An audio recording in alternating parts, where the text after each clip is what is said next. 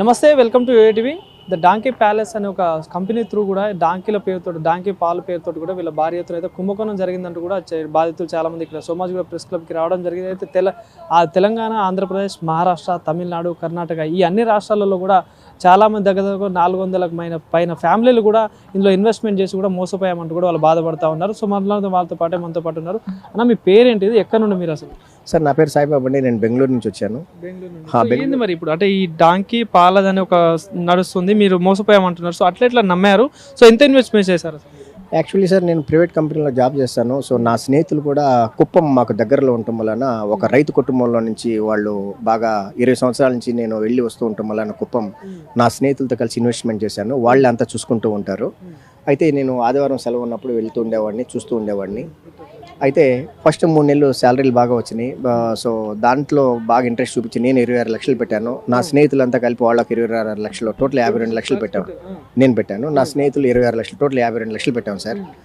So YouTube ద్వారా దీన్ని ఎక్కువ కట్టుకథలన్నా యూట్యూబ్లో పెట్టేసేసి 2023 మే 13వ తారీఖున తిరునెల్వేలి కలెక్టర్ ద్వారా ఓపెన్ చేయించారు సార్. కలెక్టర్ ఓపెన్ చేశారు. కలెక్టర్ ఓపెన్ చేసి ఇది ఎన్ఆర్సి ఫుడ్ ప్రాసెసింగ్ సంబంధించి FSSI ఫాసో ఈ డైరెక్టరే వచ్చి ఇనాగ్రేట్లో ఉన్నారు. సో ఒక ఎన్ఆర్సి డైరెక్టరు ప్లస్ ఒక డిస్ట్రిక్ట్ కలెక్టరే వచ్చి ఓపెన్ చేశారు కదా. రైతులు వీడియోలో చూసాం సార్. ఇక ఆ తర్వాత చూసి నేను కాల్ చేయడం జరిగింది గిరిసుందర్ అనేటువంటి వ్యక్తి. ఆ గిరిసుందర్ అనేటువంటి అతను ఒక శనీశ్వరులాగా మా పాలిట దాపరించి రైతు కుటుంబాలని నేను ఎందుకు బాధపడుతున్నానంటే, దీనికి అంటే వాళ్ళు మిమ్మల్ని అప్రోచ్ అయ్యారా, మీరు వాళ్ళని అప్రోచ్ అయ్యారా అసలు దీని గురించి? సార్, ఇది డాంకీ మిల్క్ అనేటువంటి కాన్సెప్ట్ బాగుందని యూట్యూబ్లో చూసి మేమే ఫోన్ చేయడం జరిగింది సార్. మేమే ఫోన్ చేయడం జరిగింది. సో ఫోన్ చేసినాక ఇక వాళ్ళు మమ్మల్ని అట్రాక్ట్ చేసి ఈ మాయలో మమ్మల్ని ముంచారు. నా స్నేహితులు 3 పార్ట్నర్లు పాపం ఎవరైతే కుప్పంలో ఈ వ్యవసాయం చేస్తున్నారో వాళ్ళు వచ్చేసేసి వాళ్ళ తమ్ముడు ఫీజు కట్టలేక 40,000 సూసైడ్ చేసుకొని తమిళనాడు వేలూరు హాస్పిటల్ ICUలో ఉన్నాడు సార్. ఎనీ టైం అతను చనిపోవచ్చు అనే ఒక బాధతో నేను తట్టుకోలేక ఇక్కడికి పరిగెత్తుకుంటూ నేను రావటం జరిగింది. రైతులందరూ వస్తున్నారని నేను నా ధర్మంగా నేను జాయిన్ అవటం జరిగింది సార్. సో మరి అంటే దీనికి సంబంధించిన భారీ ఎత్తులో మీరు ఇంత అమౌంట్ ఇన్వెస్ట్మెంట్ చేశారు, వాళ్ళు రెస్పాండ్ అవుతున్నారా, వాళ్ళు ఎక్కడ ఉన్నారు అసలు? సార్, ఇది ఒక గ్యాంగు. యు బాబు అనేటువంటి అతను ఫౌండరు. అతను వచ్చేసి తిరునెల్వేలి ఉంటాడు. గిరిసుందర్ అనేటువంటి అతను వచ్చేసేసి కోయంబత్తూరులో ఉంటాడు, ఈ రోడ్లో. సోనికారెడ్డి అనే అమ్మాయి ఇతను గిరిసుందర్ సార్. ఇతనే మమ్మల్ని 5.5 లక్షలు కట్టించుకున్నాడు.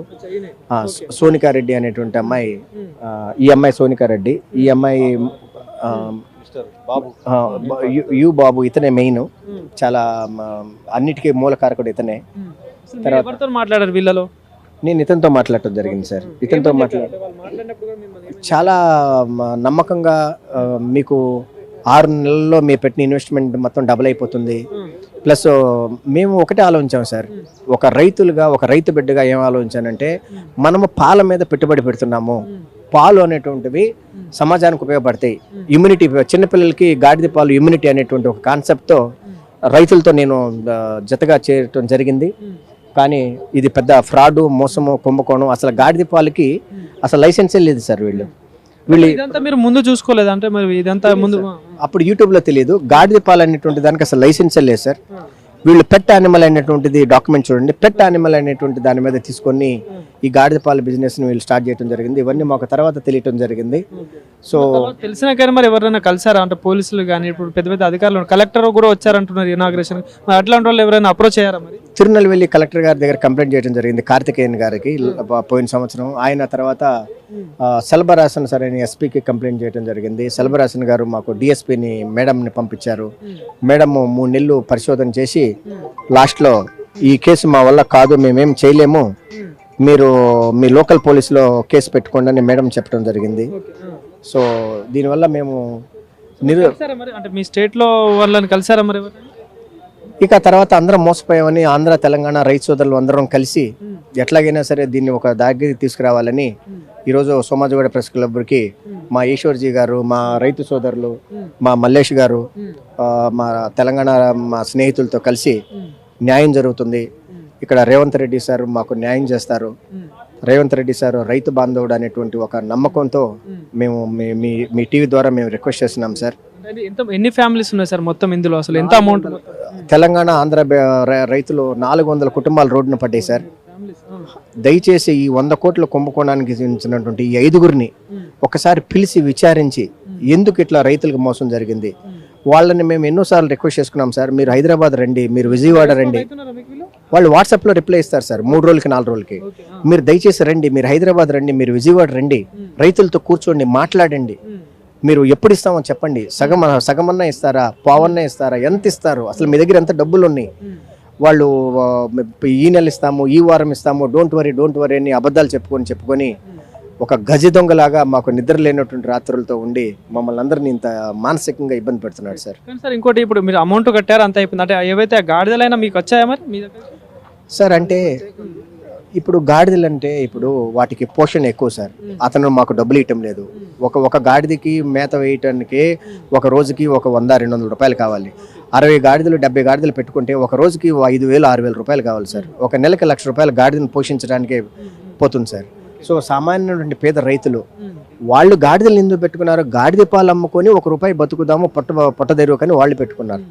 అట్లాంటిది ఇప్పుడు ఆ గాడిదే భారం అయినప్పుడు ఆ గాడిదలు ఎక్కడ కట్టేస్తారు? వదిలేసేసారు. వదిలితే సగం గాడిదలు బయటికి వెళ్ళిపోయినాయి, అవి వాపసు రాలేదు. వచ్చినటువంటి గాడిదలు ఆహారం లేక తిండి లేక చనిపోయినాయి. వీటన్నిటికీ కారణం ఈ బాబు, ఇతను, ఈ గిరి సుందర్, వీళ్ళిద్దరే సార్ మెయిన్. వీళ్ళిద్దరూ, ఈ అమ్మాయి, వీళ్ళు చేసినటువంటి గూడు పుట్టనే సార్. సో ఇంకోటి మరి అంటే ఇప్పుడు మిగతా రాష్ట్రాల వాళ్ళు కూడా మరి దీని మీద ఏమైనా రియాక్షన్ చూపిస్తున్నారు అక్కడికి వెళ్తే వాళ్ళ దగ్గరికి? కర్ణాటక రైతులు మోసపోయారు, తమిళనాడు రైతులు మోసపోయారు, మహారాష్ట్ర రైతులు మోసపోయారు. బట్ ఎవరికి చెప్పుకోలేక బాధపడుతున్న టైంలో మా ఈశ్వర్జీ గారు, మా మల్లేష్ గౌడ్ గారు, మా శ్రీనివాసరెడ్డి గారు, ఎంతోమంది మేమందరం కలిసి ఇక ఎట్లాగైనా సరే సోమాజిగూడ ప్రెస్ గుడికి వెళ్ళాలని మేమందరం కలిసి రైతు మిత్రులు ఒక 100 మంది ఈరోజు ఇక్కడ రావడం జరిగింది సార్. కలిసారా మరి ఇక్కడ తెలంగాణలో ఉన్న లీడర్స్ని కానీ అధికారులను ఎవరైనా అప్రోచ్ అయ్యారా మరి ఇప్పటివరకు? ఎవరిని కలవాలో తెలియటంలా. ప్రభుత్వాలు రైతుల పక్షాన ఉంటాయి, రైతులకు న్యాయం చేస్తాయి అన్నటువంటి ఒక సదుద్దేశంతో, ప్రభుత్వం మీద ఒక నమ్మకంతో మీ ద్వారా మేము వేడుకుంటున్నాం సార్. సో ఇది ఇక్కడ పరిస్థితి. అయితే గాడిదల పాలు పేరిట కూడా భారీ ఎత్తున కుంభకోణం జరిగిందని కూడా ఇక్కడ బాధితులందరూ కూడా చెప్తున్న పరిస్థితి కనిపిస్తుంది. అయితే అటు 5 రాష్ట్రాలలో మహారాష్ట్ర, తెలంగాణ, కర్ణాటక, ఇంకోటి ఆంధ్రప్రదేశ్, అన్ని రాష్ట్రాలలో కూడా ఒక దగ్గర 400-500 మంది ఫ్యామిలీస్ కూడా దీంట్లో ఈ కుంభకోణంలో ఇన్వాల్వ్ అయ్యి మోసపోయామంటూ కూడా డిమాండ్ చేస్తున్నారు. సో మరి ప్రభుత్వాలు వీళ్ళ మీద దృష్టి చూపించి కూడా వీళ్ళకి ఎలాంటైనా న్యాయం చేయాలని చెప్పి కూడా కోరుకుంటున్నారు వాళ్ళు ఇక్కడ.